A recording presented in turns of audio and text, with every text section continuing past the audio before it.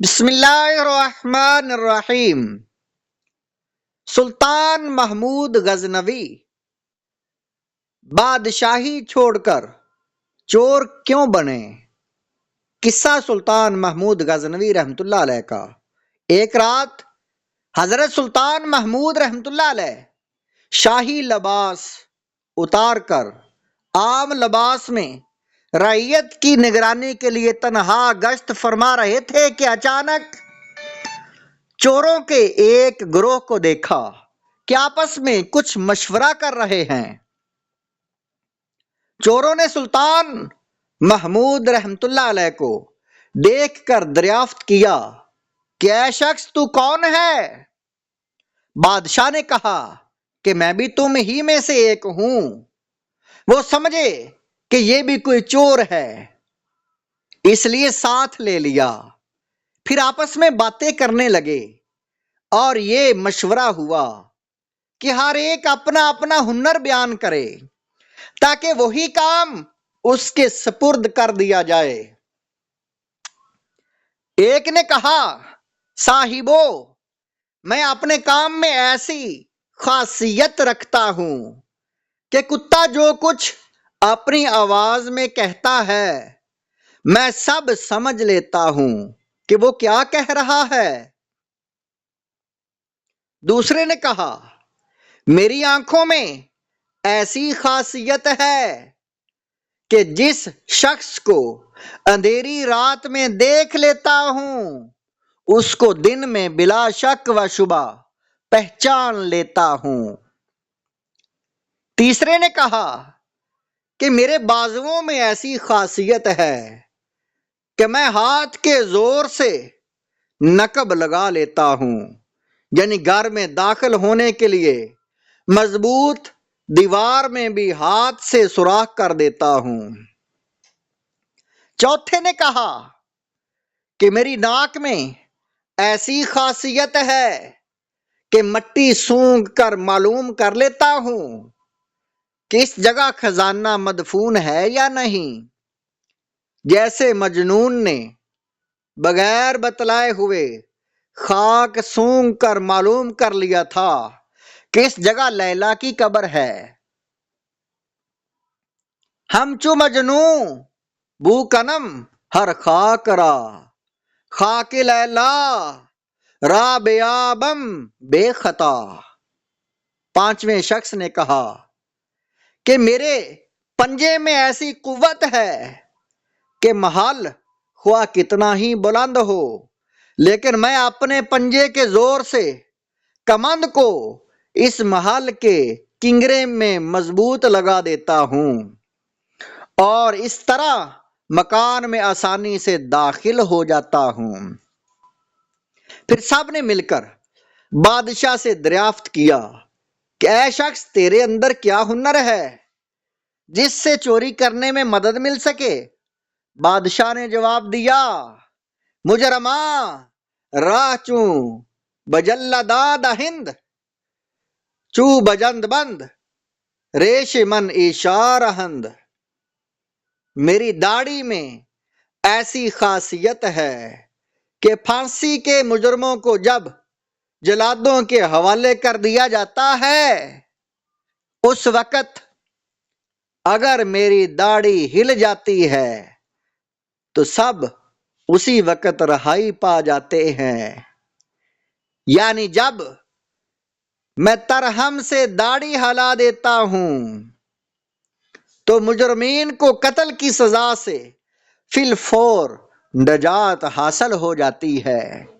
یہ سنتے ہی چوروں نے کہا قوم گفتن شد کہ کتب ماں توئی روز محنت ہا خلاص ماں توئی۔ اے ہمارے کتب، چونکہ یوم مشقت میں خلاصی کا ذریعہ آپ ہی ہیں، یعنی اگر ہم پکڑے جائیں تو آپ کی برکت سے چھوٹ جائیں گے، اس لیے اب ہم سب کو بے فکری ہو گئی، کیونکہ اوروں کے پاس تو صرف ایسے ہنر تھے جن سے چوری کی تکمیل ہوتی تھی، لیکن سزا کے خطرے سے بچنے کا ہنر کسی کے پاس نہیں تھا۔ یہی کسر باقی تھی جو آپ کی وجہ سے پوری ہو گئی، اور سزا کا خطرہ بھی ختم ہو گیا۔ بس اب کام میں لگ جانا چاہیے۔ اس مشورے کے بعد سب نے قصر شاہ محمود کی طرف رخ کیا، اور شاہ خود بھی ان کے ہمراہ ہو گیا۔ راستے میں کتا بھونکا تو کتے کی آواز سمجھنے والے نے کہا کہ کتے نے کہا ہے کہ تمہارے ساتھ بادشاہ بھی ہے، لیکن اس کی بات کی طرف چوروں نے دھیان نہ دیا، کیونکہ لالچ ہنر کو پوشیدہ کر دیتا ہے۔ صد حجاب از دل بسوئے دیدہ شد، چو غرض آمد ہنر پوشیدہ شد۔ ایک نے خاک سونگی اور بتا دیا کہ شاہی خزانہ یہاں ہے، ایک نے کمند پھینکی اور شاہی محل میں داخل ہو گیا۔ نقب زن نے نقب لگا دی اور آپس میں خزانہ تقسیم کر لیا، اور جلدی جلدی ہر ایک نے مال مسروقہ پوشیدہ کر لیا۔ بادشاہ نے ہر ایک کا حلیہ پہچان لیا اور ہر ایک کی قیامگاہ کے راستوں کو محفوظ کر لیا، اور آپ نے اپنے کو ان سے مخفی کر کے محل شاہی کی طرف واپس ہو گیا۔ بادشاہ نے دن کو عدالت میں شب کا تمام ماجرا بیان کر کے سپاہیوں کو حکم دیا کہ سب کو گرفتار کر لو اور سزائے قتل سنا دو۔ جب وہ سب کے سب مشقیں کسی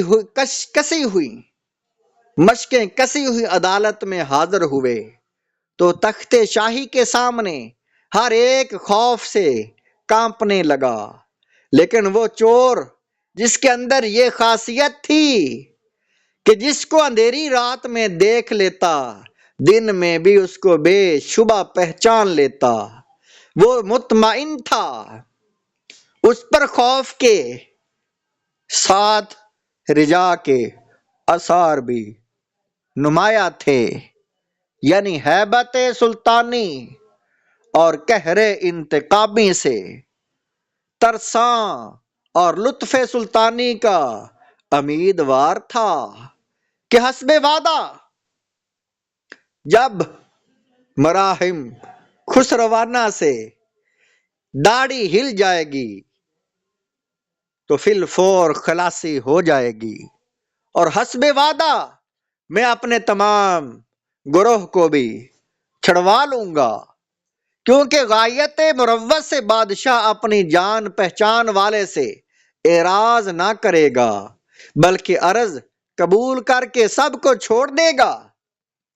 اس شخص کا چہرہ خوف و امید سے کبھی زرد کبھی سرخ ہو رہا تھا کہ بادشاہ محمود رحمت اللہ علیہ نے جلالت خسروانہ کے ساتھ حکم نافذ فرمایا کہ ان سب کو جلادوں کے سپرد کر کے تختہ دار پر لٹکا دو، اور چونکہ اس مقدمے میں سلطان خود شاہد ہے اس لیے کسی اور کی گواہی ضروری نہیں ہے۔ یہ سب سنتے ہی اس شخص نے دل کو سنبھال کر ادب سے عرض کیا کہ اگر اجازت ہو تو ایک بات عرض کرنا چاہتا ہوں۔ اجازت حاصل کر کے اس نے کہا، حضور ہم میں سے ہر ایک نے اپنے اپنے مجرمانہ ہنر کی تکمیل کر دی، اب خسروانہ ہنر کا ظہور حسب وعدہ فرما دیا جائے۔ میں نے آپ کو پہچان لیا ہے۔ آپ نے وعدہ فرمایا تھا کہ میری داڑھی میں ایسی خاصیت ہے کہ اگر کرم سے ہل جاوے تو مجرم خلاصی پا جاوے، لہذا اے بادشاہ اب اپنی داڑھی ہلا دیجئے تاکہ آپ کے لطف کے صدقے ہم سب اپنے جرائم کی عقوبت و سزا سے نجات پا جائیں۔ ہمارے ہنروں نے تو ہمیں تختہ دار تک پہنچا دیا، اب صرف آپ ہی کا ہنر ہمیں اس عقوبت سے نجات دلا سکتا ہے۔ آپ کے ہنر کے ظہور کا یہی وقت ہے۔ ہاں کرم سے جلد داڑھی ہلائیے کہ خوف سے ہمارے کلیجے منہ کو آ رہے ہیں۔ اپنی داڑھی کی خاصیت سے ہم سب کو جلد مسرور فرما دیجئے۔ سلطان محمود رحمت اللہ علیہ اس کی گفتگو سے مسکرایا اور اس کا دریائے کرم مجرمین کی فریاد و نالہ اضطرار سے جوش میں آ گیا۔ ارشاد فرمایا کہ تم میں سے ہر شخص نے اپنی خاصیت دکھا دی، حتیٰ کہ تمہارے کمال اور ہنر نے تمہاری گردنوں کو مبتلا قہر کر دیا، بجز اس شخص کے کہ یہ سلطان کا عارف تھا اور اس کی نظر نے رات کی ظلمت میں ہمیں دیکھ لیا تھا اور ہمیں پہچان لیا تھا۔ پس اس شخص کی اس نگاہ سلطان شناس کے صدقے میں تم سب کو رہا کرتا ہوں۔ مجھے اس پہچاننے والے آنکھ سے شرم آتی ہے کہ میں اپنی داڑھی کا ہنر ظاہر نہ کروں۔ فائدہ اس حکایت میں عبرت و نصیحت ہے کہ جس وقت تم جرائم کا ارتکاب کرتے ہو، شہنشاہ حقیقی تمہارے ساتھ ہوتا ہے اور تمہارے کرتوتوں سے باخبر ہوتا ہے۔ وَهُوَ مَعَكُمْ أَيْنَمَا كُنْتُمْ، اور سلطان حقیقی تمہارے ساتھ ہے جہاں کہیں بھی تم ہو۔ بندہ جب کسی نافرمانی کا ارتکاب کرتا ہے تو گویا خزانہ حدود الہی میں خیانت کرتا ہے۔ اللہ کے حقوق کی خیانت ہو یا بندوں کے حقوق کی، یہ سب اللہ کے خزانے کی چوریاں ہیں۔ اس لیے ہر وقت یہ خیال رہے کہ شہنشاہ حقیقی ہمارے ساتھ ہے اور ہمیں دیکھ رہا ہے۔ اس کے سامنے خزانہ لوٹا جا رہا ہے۔ ذرا سوچو تو صحیح، تم کس کی چوری کر رہے ہو؟ وہ بادشاہ حقیقی کہہ رہا ہے کہ ہم تمہیں دیکھ رہے ہیں، ہمارا قانون تو نازل ہو چکا، آج تم قانون شکنی کر لو۔ آج دنیا میں تو میں تمہاری ستاری کرتا ہوں کہ شاید تم راہ پر آ جاؤ، لیکن اگر ہوش میں نہ آئے تو کل قیامت میں جب مشقیں کسی ہوئی میرے سامنے حاضر ہوگے، اس وقت میرے قہر و غضب سے تمہیں کون بچا سکے گا۔ اس حکایت سے یہ نصیحت بھی ملتی ہے کہ اللہ تعالیٰ گناہوں کی سزا فی المال یعنی آخرت میں دیں گے، اگرچہ دنیا میں فی الحال نظر انداز فرما دیں۔ جیسے خزانہ شاہی کی چوری کے وقت سلطان اگرچہ چوروں کو دیکھ رہا تھا اور ان کے پاس ہی تھا، لیکن اس حال میں ان کو سزا نہ دی بلکہ انجام کار گرفتار کر لیا، گرفتار کرا لیا۔ اگر ہر روز یہ مراقبہ کر لیا جائے کہ اللہ تعالیٰ ہمارے تمام اعمال کو دیکھ رہے ہیں تو گناہ کے ارتکاب سے خوف محسوس ہوگا۔